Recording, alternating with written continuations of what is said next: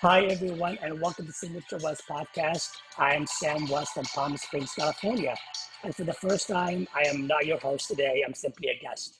Um, for the first time, I'll be on the hot seat, and I'll probably be talking about things I've never spoken about before. I'm very fortunate to have a friend of mine, Cody Renegar, be the host of this episode. So, Cody, come on up. It's your half an hour. Take it and run. All And right. hi, Cody. Hi, Sam. How are How are you? you? How are you feeling? I'm good. A little bit amped up, but we'll power Yeah, through it. It's my first time being in the hot seat, so right. And this is my first time interviewing somebody, so we should. This would be awesome.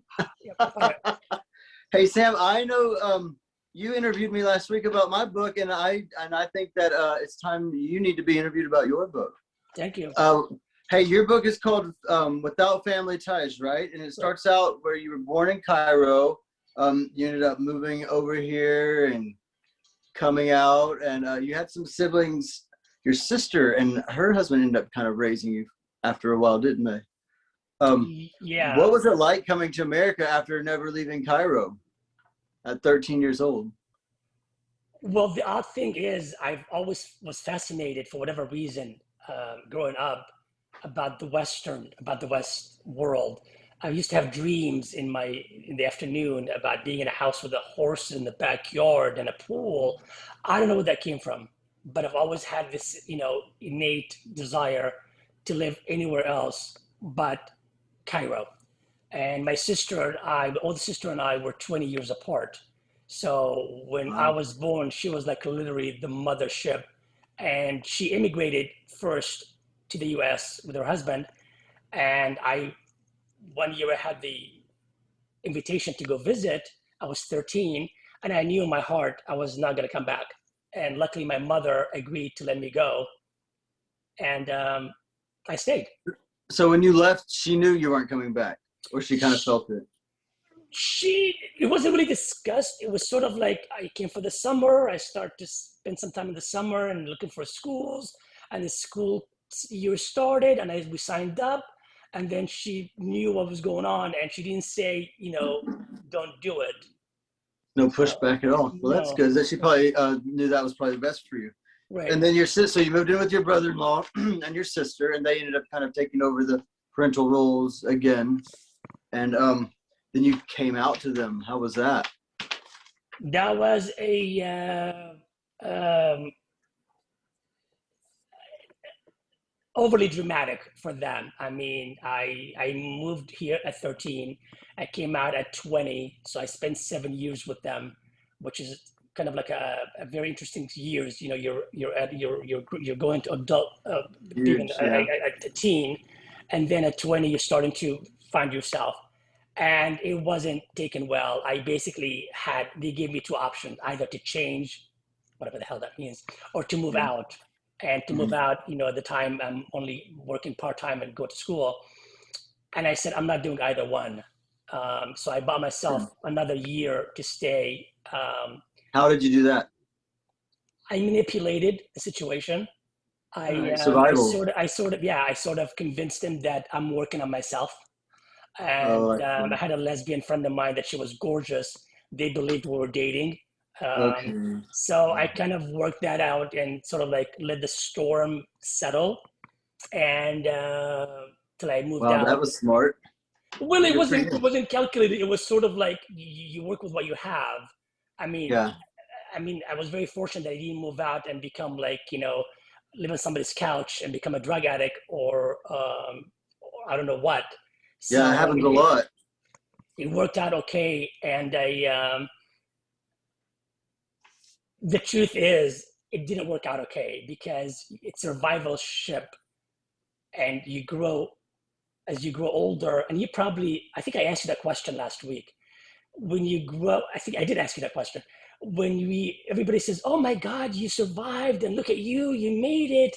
The truth is, it fucks you up somewhere. Yeah. And I don't know forget how you answered it, but for me, it was that survival that I had to run from every situation. And Mhm. yes, I survived it, but as you get older, that pattern stayed with me, stays with us. And unless you recognize it, and unless you work on it, because it doesn't serve you as an adult, it served you as a teen, it served me as a 20-year-old. But when you do it when you're 40, that shit doesn't work anymore. Yeah, You know? exactly. Yeah. Yeah. So So you came out to your sister, you got the year, and then you finally were able to get free, and you moved out, and then your sister got cancer. well, yeah, eventually we haven't spoken. We didn't speak for like, I don't know, 7, 10 years because she Oh wouldn't. wow. Oh Okay. yeah, she wasn't having it. I Yeah. became like, either we cannot talk to this, and of course I was living with my boyfriend at the time, my Hmm. first boyfriend, and cannot see that, cannot have that.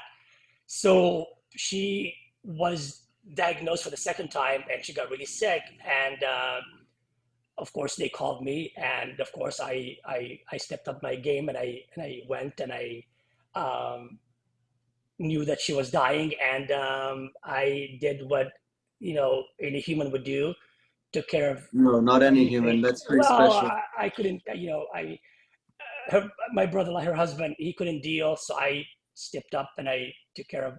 That shows a lot about you and your heart, where you were.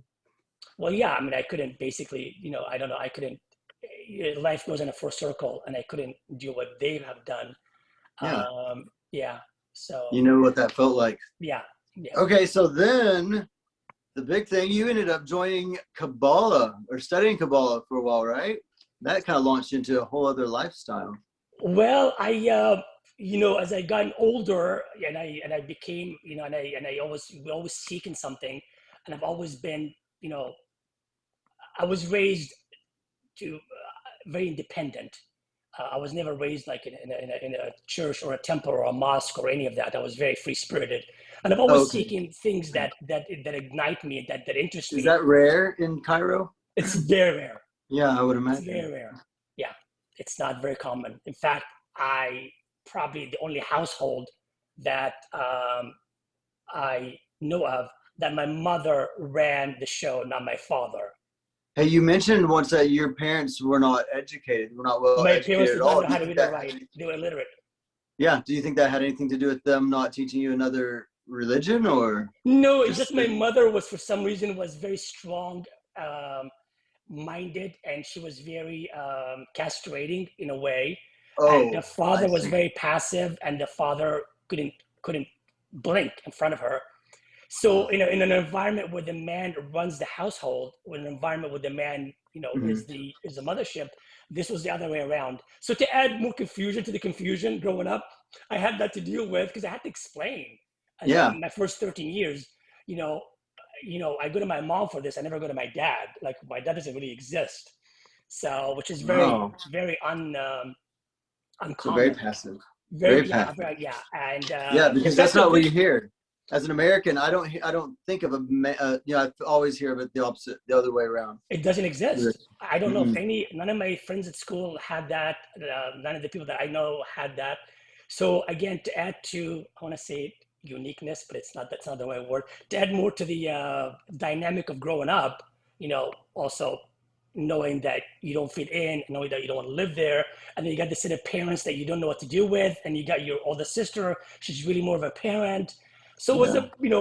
a lot going on, a lot going on. So yeah, I was close to I was the year of turning 40, and I had always wanted to learn more. I always like to learn more and do more. I'm just never satisfied with what is, because I Yeah, always think thirst for it. there's always more to know. Whether it's in spirituality or whether it's in life, there's always more to know. I always want to Yeah. know why we have 7 days in a week. Why not eight? Why do we have 10 fingers? Like, who Yeah. made that up? Like, why?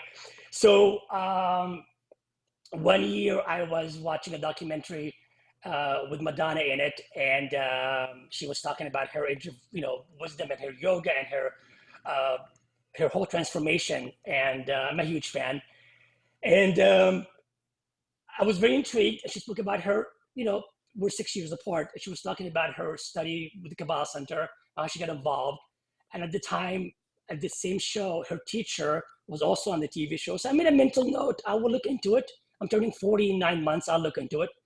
And I when I think went that's to the first time I heard of it also was from her. I think there you she was go. getting the word out for Right. sure. There you go. So I went to New York for vacation that March, and I'm back in the plane flying back to LA. And who's in the plane with me? Her teacher. So we chatted for a minute, and he told me where it is in LA. So I made a point to go back. When I go back to LA, I will go visit. So sure enough, I went, I signed up, and my first class was the eve of 9/11. Wow. You say, wow, because everybody says, oh, wow, what a story. The stars must have been aligned. Well, you were there though. Well, no, I was in LA. This was in Oh, LA. okay, okay, But yeah, it was yeah, the morning 9/11, and I had my first class that night. So you think, what a story. I mean, how poetic, right? Little do right. I know, 16 years later, it'll be a different. That's how I got involved, and that's how I got So you started. started there, and then you just dove right in, and you thought this is where you needed to be, and you were practicing full on every day, or how did that I go? became full on, and um,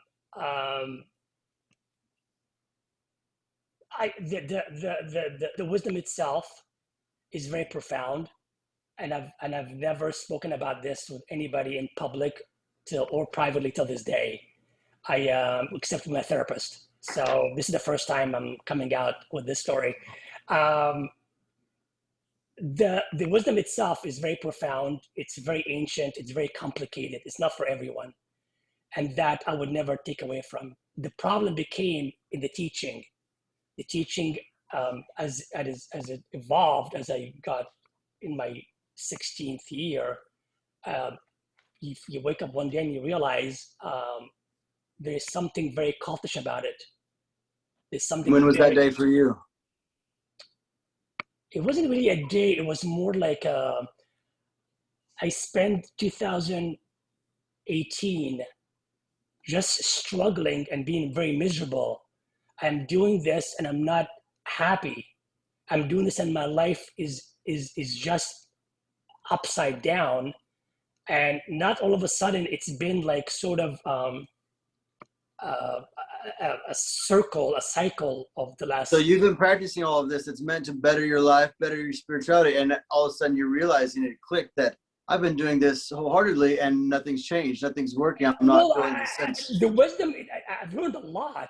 The problem is I became very religious and I became very self-righteous. as many do. And it became like what a lot of people do. And I fell in this rabbit hole, and I realized there's a lot of shit that's being taught in the way it's being taught that's nothing but I would never say that word in the past, the word cult, because to me, I'm the last person you would ever say, you did what? And Yeah. that's just not who I am. I'm a very strong personality. Have a strong will. I So what don't does believe. cult mean to you then? What do you, I've always thought this. I did this one year, like in 2017.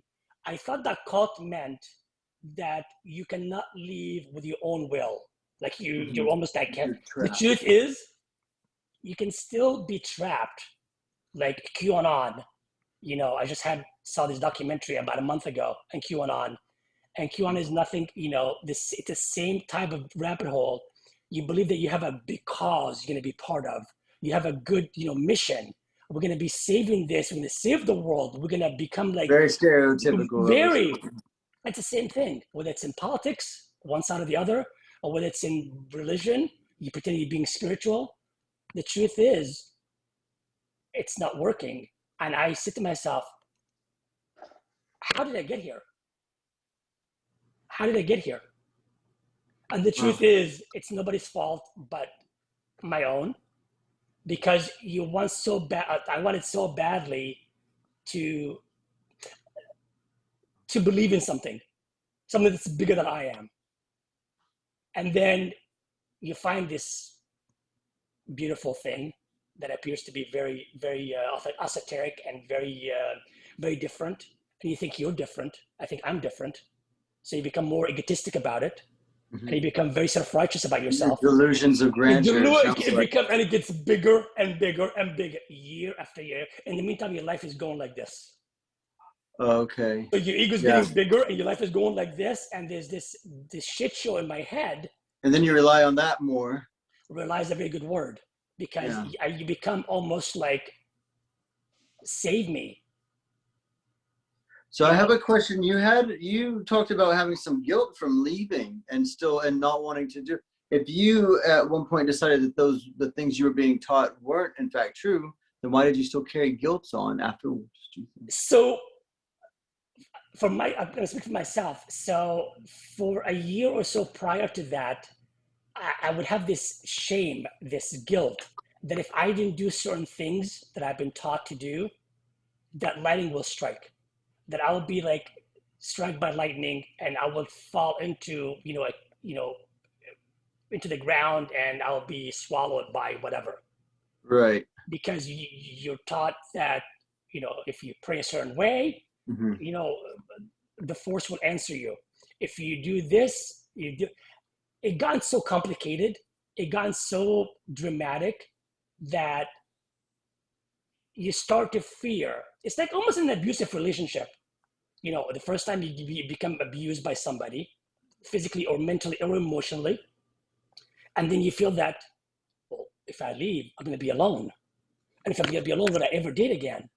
Yeah. You start having this movie in your head. This is very similar to that. And I think every religion kind of has that. I mean, just really Christianity, there's hell. If you don't behave right, or you don't do all those steps, you're going to hell. well, see, I wasn't raised that way, so all of this is new to me. Yeah, I was okay. never. This isn't. This, I'm now in my 50s. I've never. This is not where I come from. For the ones that do, I understand they grew up that way. I didn't. I grew up, do whatever you want. You want to Yeah. pray. You don't pray. So to me, it was like I was going to learn something, but it got to be a rabbit hole, and it Was got. this the first religion though that you had kind of attached yourself to, or had you tried others It's in the past? no. I've actually, well, I dribbled into this, into that, as I'm getting in my 30s and in my, but I've never liked anything that's structured. I like Right. things that are just that more internal, very soulful, than have to be, 9 to 5, so to speak. Little did I know, the Kabbalah study, the Kabbalah Center, it's very structured. You gotta pray a certain way. You gotta stand in that corner. You gotta be on that hour. You gotta be, when the moon touches the sky. It's Yeah. all these gadgets and all this. Isn't the Kabbalah, doesn't that mean, it seems like I remember hearing that it was the 12th removed, it's the study of night, 12th removed from Judaism or something like that. How wrong am I? You're not wrong. It's very complicated, so I don't want to even go there. But Okay, okay. but the word that you just said, it's very attached to Judaism. So for me, let's call it what it is, people. It's Judaism, and I have nothing against Judaism at all. But Yeah. let's be real and let's call it what it is, because spirituality, which there's a lot of people out there teaching spirituality, it's a very basic, compassion, kindness, do good, um, give, just the basic elements. And that's the general. How you want to stand on what corner of the street and pray is up to you. But it became very structured, which is also very orthodox. Yeah, And that was my thought. that's the truth. So let's and again, and also I got into this whole Judaism thing, and at one point I wanted to convert. At one point I was thinking about converting After Kabbalah. during the 16 years. Yeah, Yeah. yeah, Wow. yeah. So that was, Yes, yeah. Um, I guess I'm what they call now. I never even thought that term existed. I'm in recovery of being um, a cult member, and I didn't even know, which is it's not an easy process. I is there didn't. a group to go to for this, or No, do you no, have on I your own? wish. No, I think I don't think so. Number one, but I do know of other people that going through the same, and I think it's very different how each one heal. Some like to talk about it, some don't. I've never spoken in public about it till today. Yeah. Um, What so advice would you give to people that are feeling the same way, that are in some sort of a intense religion or cult, if you will, to get out of that, or to recognize maybe that what triggered you to say enough is enough? Sorry, I know that's a pretty. no, I don't know. I don't know. I think it's very personal. Like some people left. I have friends of mine that now telling me they were trying to talk me out, so to speak, like in year 10, maybe in year, yeah, maybe year 9, and they left in year 4. And I was like, what are you talking about? There's like, you got to come back. So I continued to year 16 for me. And I know others stayed, for year 30 or year whatever. So I think it's a very personal where you find yourself and where your enough is enough for you and how you deal with that. Because, first of all, I got to take responsibility because nobody handcuffed me anywhere. Nobody forced me to do anything. Mm-hmm. So it's a very internal process. Do you regret it? Do you regret joining that? Because to me, I think that you are where you're supposed to be. I think that the universe has a funny way of letting you know that you are done and you're not where you're done with where you're supposed to be.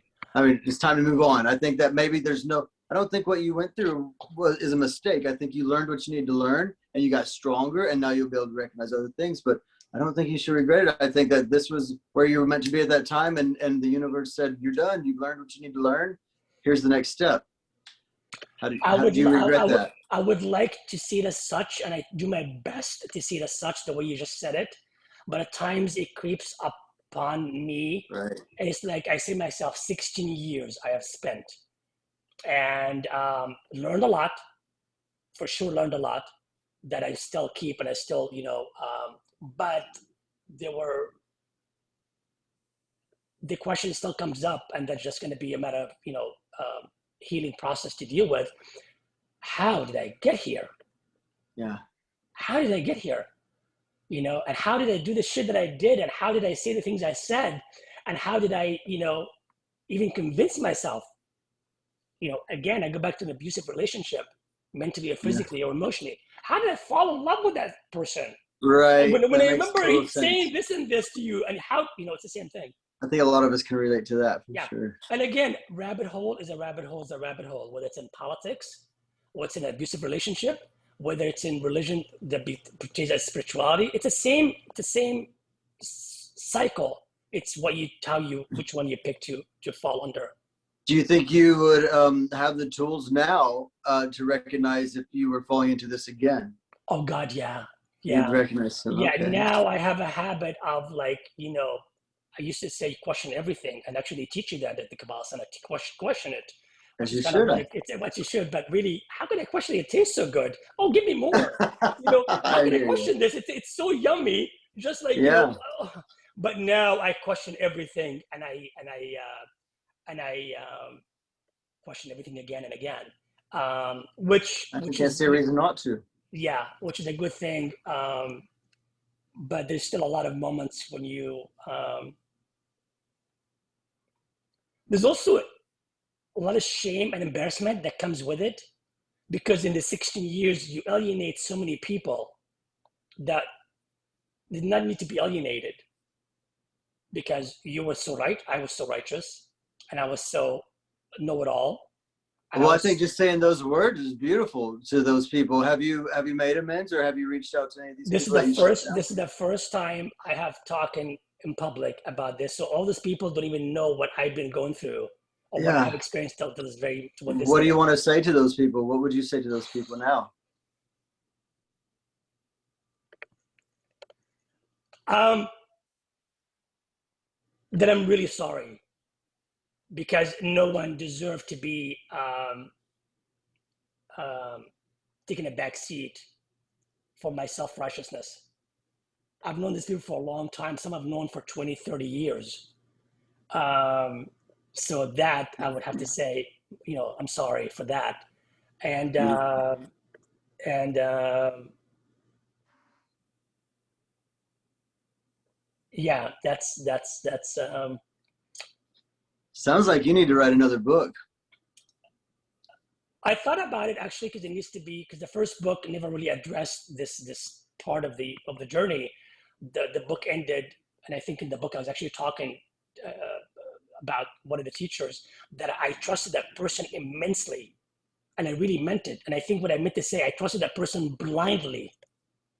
That's what one of the signs that now I look back and see. If you say jump, I would say how high. Not because you're a bad person, because I believed in you so much. Wow. Yeah. Maybe you need to write a survivor's guide. So How that's to. how. So yeah, so the book ended in the honeymoon stage of that journey because it ended it was published in 2018 or Okay. 2016. I'm sorry, 2016, and in 2018 is when I started to question where I'm at and what I'm doing. So if someone were to read your book now, do you think it would cause them to want to join that religion or cult?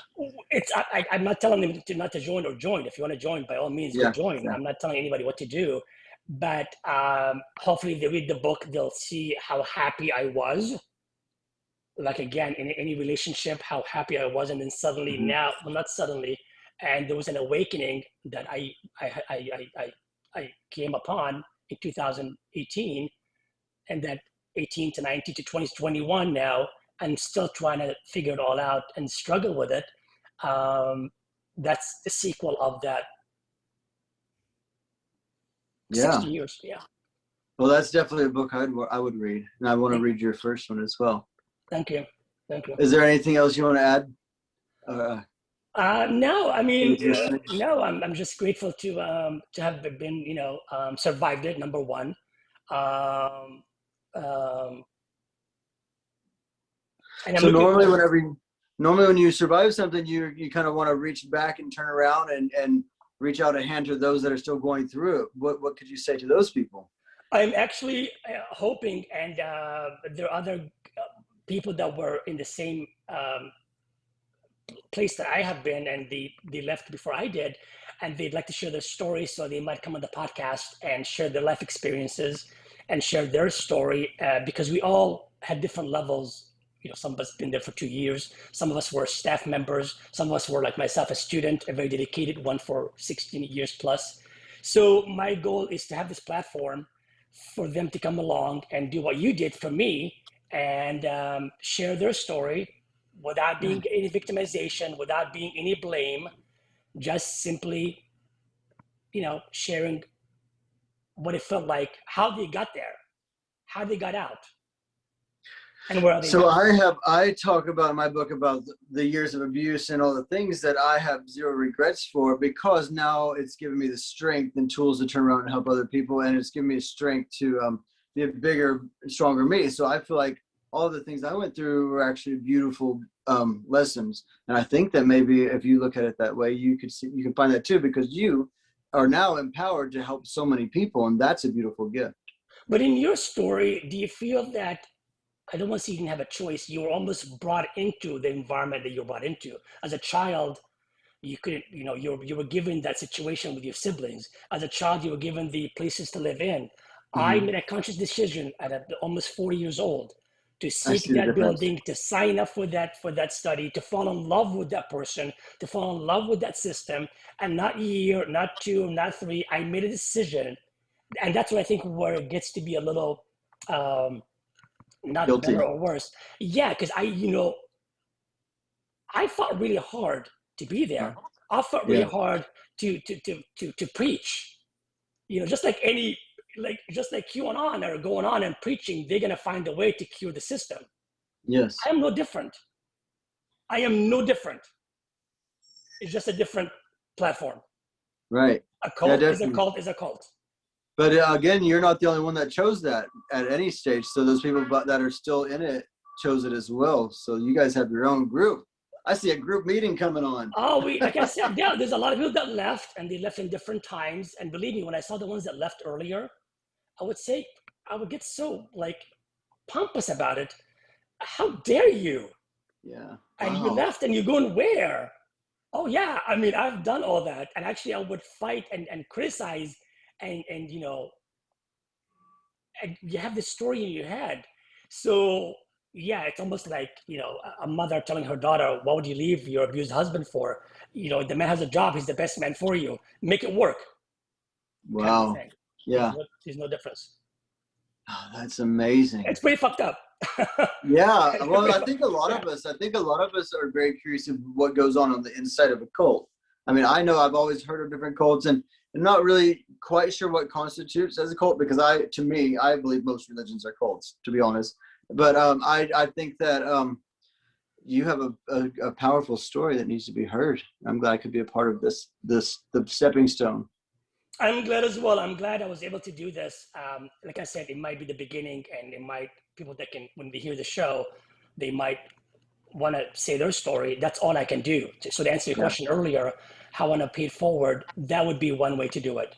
And again, because it's nothing but there's no blame. Nobody's making anybody into a villain. Nobody's Right. making anybody into a victim. You made it clear it Um, was all free will. it's all free will, and I would never say that I was not. I'm mad at my own free will, so to speak. I'm disappointed in my own free will, so to speak, because I wish I made a different decision. But again, you Yeah. can consider earlier there are no mistakes. Yeah, you're not the only one in Yeah, this world that has regret, but I think as long as you take control of that and turn it into something positive, you have a great message that and many there's people no want to hear, mistakes. including Yeah, me. yeah, yeah, yeah. I mean, your story is amazing, and I don't know if anybody have again your YouTube video on my show broke all records. You're at 350 downloads just on YouTube alone, not the Yeah. podcast itself. Um, I and think you you have a pretty powerful story as well. I'm really intrigued. I say in the very beginning of my book, I say we all have a we all have story, a story. and here's mine. Yeah, I'd love to hear yours. we all have a story, and um, I thought for the longest time my story is it. I got I got the shit, I got the story. Even growing up, I would say lived at 13, came to the USA, came out at 20, and I got thrown out. Everybody has a story, and then I hear your story. It's all relative, It's all but it all relative. needs to be told. It all Yeah, needs to be told yeah, and heard. yeah, yeah. Sam, thank you for letting me do this. Cody, it was a pleasure. It wasn't as painful as I thought. When I was- I'm so intrigued. I really yeah, want to know more. you All did. right. There's always more, Yeah. and Maybe you could and, start a blog. Who knows? Who knows and what comes out of this? Maybe who today knows? just planted a big seed. Yeah. Okay. Thank you very much. Thank you. Talk to you soon.